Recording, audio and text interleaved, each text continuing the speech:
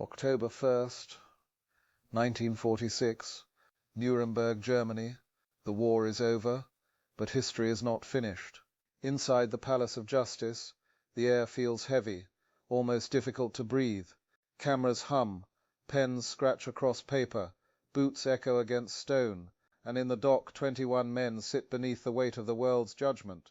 They are not ordinary prisoners. They are ministers, generals, architects of catastrophe, men whose signatures moved armies and erased nations.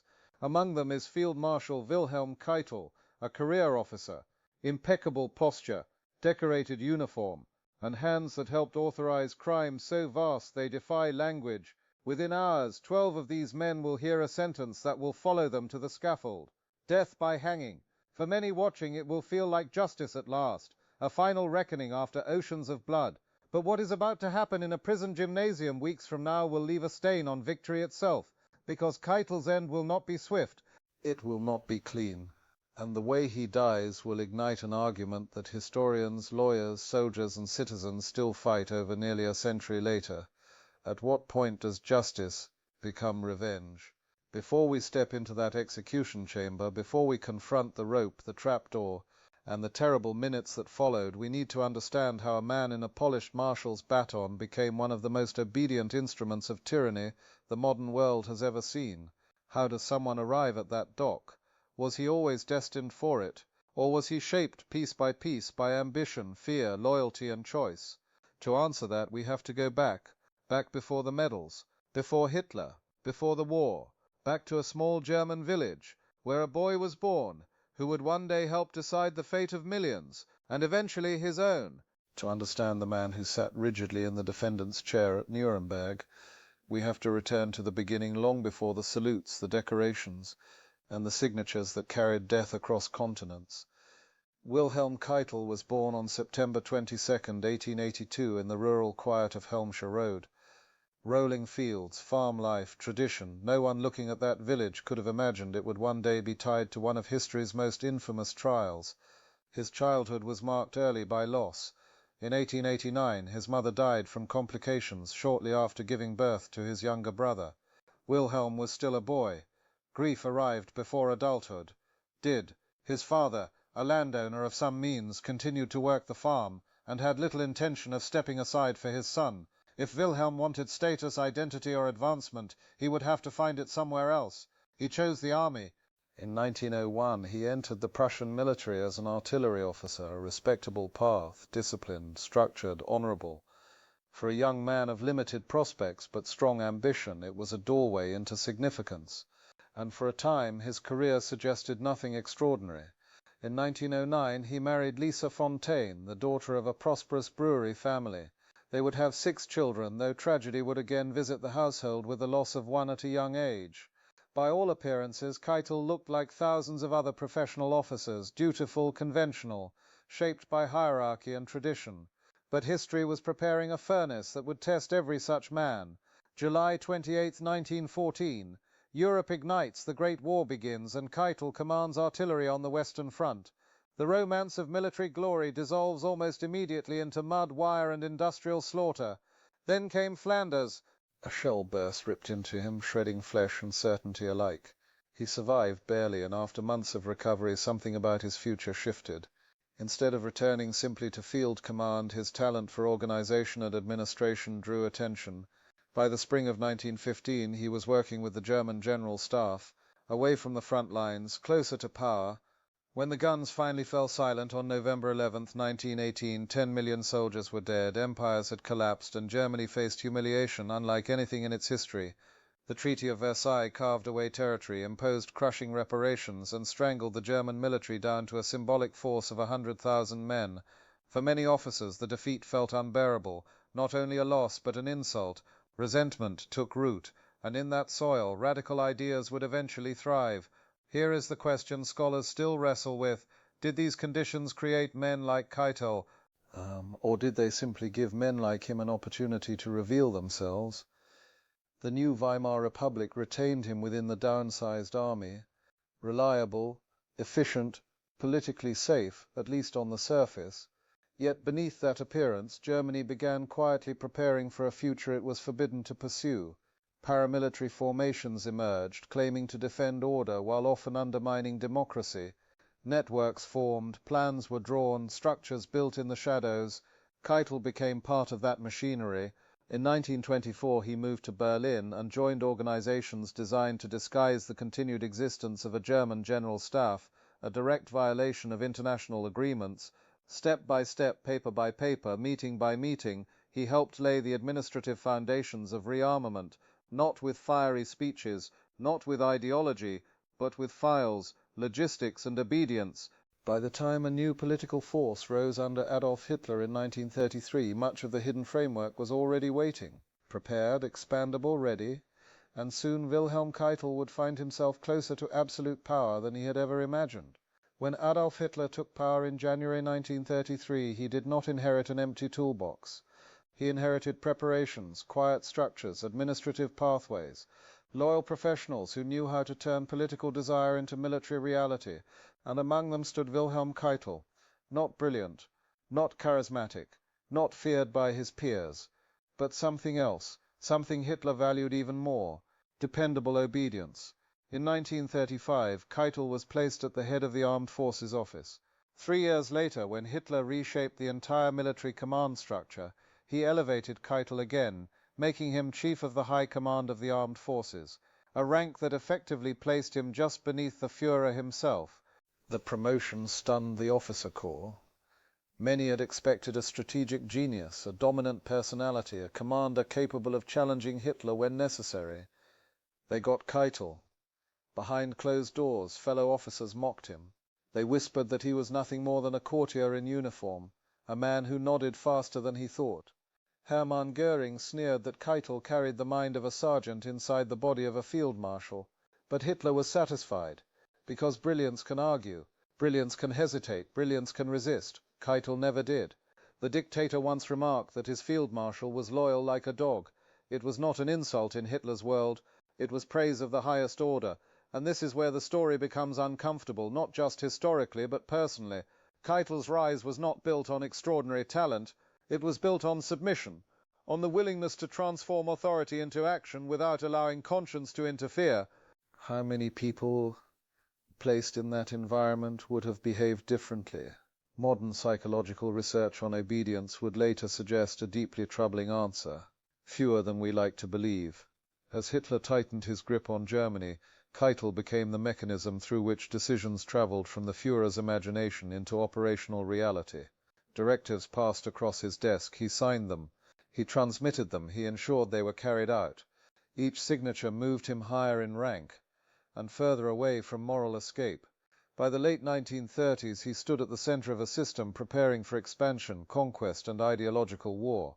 The transformation was nearly complete.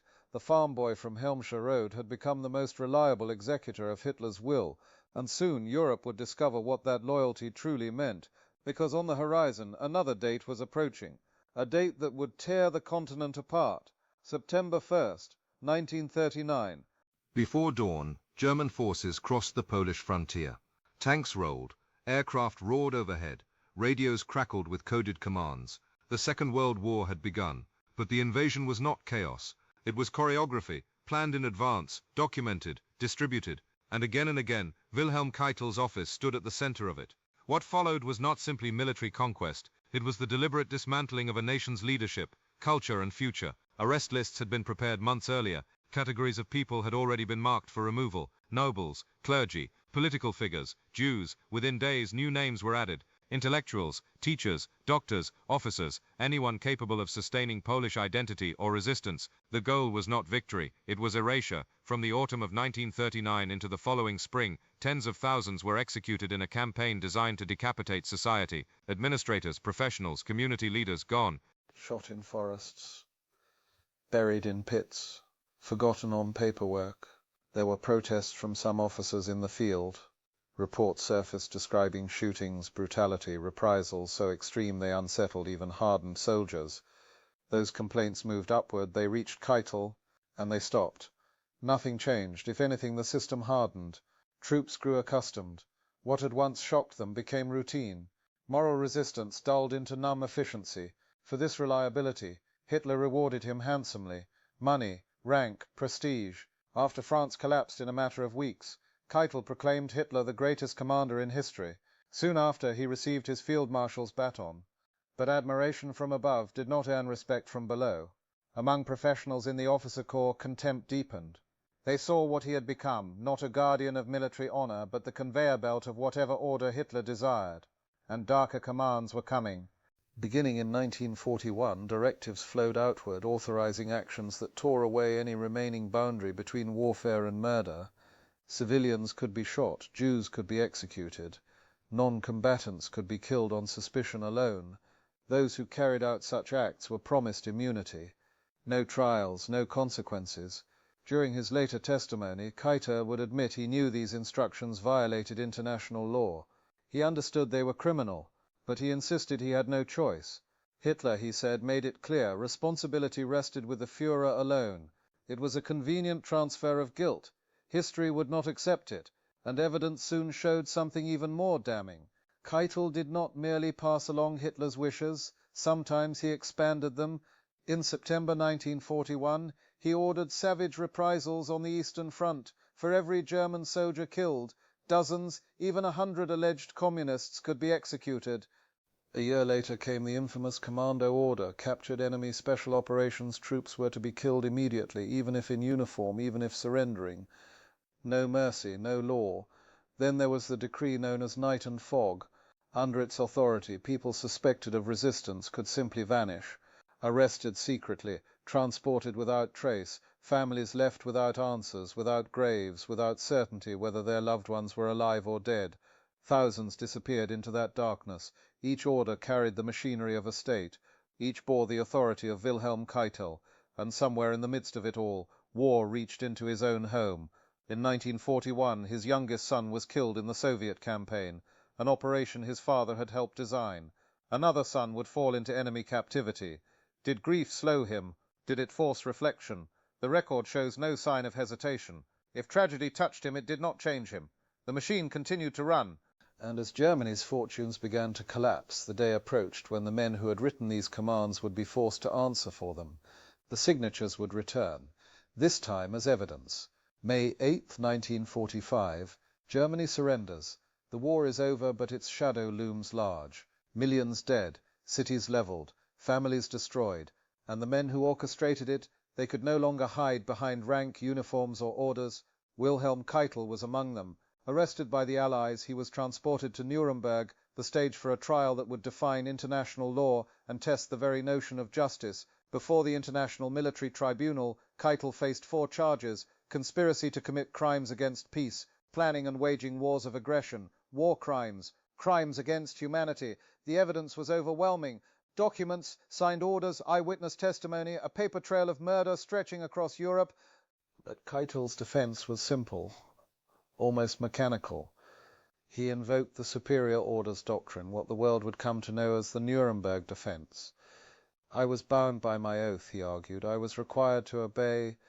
The responsibility rests with the Führer. The tribunal listened coldly. They did not hesitate. Obedience is not a shield when the orders are criminal. And it was clear Keitel had not been a passive instrument. On multiple occasions he had issued orders of his own authority, amplifying the cruelty. September 1941. Orders for mass executions on the Eastern Front. 50 to 100 enemies for every German soldier killed. October 1942. The Commando Order, captured commandos to be executed without trial. The Night and Fog Decree, abductions, disappearances, torture. Thousands vanished into secrecy and silence. Keitel admitted he knew these were illegal, yet at Nuremberg he claimed duty demanded compliance. The tribunal's verdict was unambiguous. Conscience and law cannot be subordinated to obedience when the crimes are systematic, deliberate and devastating. Superior orders could not mitigate responsibility. Not here, not ever. The legal principle established at Nuremberg reverberates today. It teaches that following orders is never enough to escape accountability when the orders are manifestly criminal. Soldiers, bureaucrats, even corporate leaders, all are responsible for the consequences of their actions. For Keitel, the verdict was fatal, guilty on all counts, death by hanging. Yet the trial also raises profound, uncomfortable questions. Where does personal responsibility begin in hierarchical systems? Can anyone in a chain of command claim innocence when atrocities are foreseeable? Keitel's case answered these questions harshly, but it did not make them simple, and as the sentence was pronounced, the world would soon confront the final act, a moment where justice, morality and revenge would collide in a single terrible instant. October 16th, 1946, weeks after the verdict, the day arrived. Wilhelm Keitel, along with 11 other convicted Nazis, was led to a gymnasium converted into an execution chamber. The place smelled faintly of sawdust and oil. The walls were bare, the air thick with tension. Outside, cameras recorded history. Inside, silence fell like a weight. The hangman was Sergeant John C. Woods, a man whose reputation had been carefully constructed and carefully false. He claimed decades of experience in Texas and Oklahoma. In reality, he had none. Not verified, not tested. And the consequences would be horrifying. The standard hanging procedure, the long drop, was designed to snap the neck instantly, causing immediate unconsciousness. It was precise, scientific, humane, but Woods ignored it. Instead, he used a short drop, a method too weak to break the neck. Keitel's fall was grotesque. The trapdoor was too small. His head struck the edges. Pain radiated through his body. And then came the strangulation, 28 minutes of agonizing convulsions. His arms flailed, his legs jerked, his body twisted in a horrifying rhythm of suffering. Witnesses later testified that Woods smiled faintly as he pulled the lever. Lieutenant Stanley Tills, who coordinated the executions, called the process a shambles. Keitel was 64, a man responsible for orchestrating the deaths of millions, and yet the spectacle raised a question that reverberates through history. Does guilt justify torture? Keitel had signed orders sending thousands to their deaths. He had admitted under oath that he knew his orders were criminal. He had systematically expanded cruelty, from reprisals to executions to secret abductions. His crimes were undeniable. And yet 28 minutes of slow strangulation. The executions contradicted the very principle Nuremberg had tried to establish, that civilization could deliver justice without descending into barbarity. Woods had converted justice into spectacle, punishment into vengeance. Some historians argue Keitel deserved the agony. After all, he demanded excessive cruelty in war, authorized mass murders, and orchestrated horrors on a scale almost incomprehensible. Others counter that by inflicting deliberate suffering. The Allies undermined their moral authority. The law is meant to rise above vengeance, to be consistent even for the guilty. In this moment, history paused and looked at itself. Justice had been served, yes, but at what cost to the very ideals the tribunal had set out to uphold? Keitel's body eventually ceased convulsing, the world exhaled. The hangings ended. But the debate he sparked about obedience, accountability, and the limits of justice would continue for generations. Wilhelm Keitel's story did not end with his death. His execution became a mirror, reflecting questions that still haunt us today. The Nuremberg Trials had established a fundamental principle. Following orders is no defense when those orders are manifestly illegal. Every soldier in democratic armies now learns this lesson. Conscience cannot be outsourced. Authority cannot erase accountability. Yet Keitel's life reminds us that the boundary between obedience and complicity is perilously thin. He wasn't born a monster. He was a boy from a quiet village. He grew up, married, had children, and served his country. Step by step, choice by choice, he became the executor of unimaginable cruelty. History shows that ordinary people, under certain conditions, can commit extraordinary evil. The Milgram experiments in the 1960s demonstrated that everyday individuals would administer what they believed were lethal shocks when instructed by authority. Keitel's rise and fall are not just historical curiosities. They are warnings.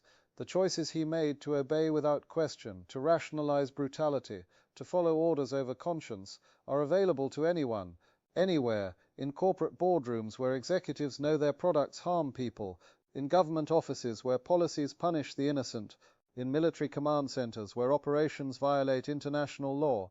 The question is never whether people like Keitel exist. They always do. The question is, what will we do when faced with the same choices? The tribunal at Nuremberg tried to draw a line. They demanded accountability regardless of rank. They forced the world to ask uncomfortable questions about obedience, responsibility, and morality. Keitel's execution, horrific as it was, forces us to ask another. Can justice ever remain pure when the act of delivering it becomes cruel, and ultimately it brings us back to ourselves? Would we resist illegal orders if it meant risking everything? Would we speak up, stand firm, or quietly comply? History does not give easy answers, but it insists that we reflect, that we remember, that we choose. Wilhelm Keitel's life, crimes, trial and death are more than a chapter in a book. They are a lens through which we examine human obedience, the corruption of authority, and the fragile line between justice and revenge. The past is not behind us. It is alive in every decision we make when power calls for compliance at the expense of conscience. Keitel's story warns us, those who forget history are condemned to repeat it, and those who remember history without understanding its lessons may be just as dangerous.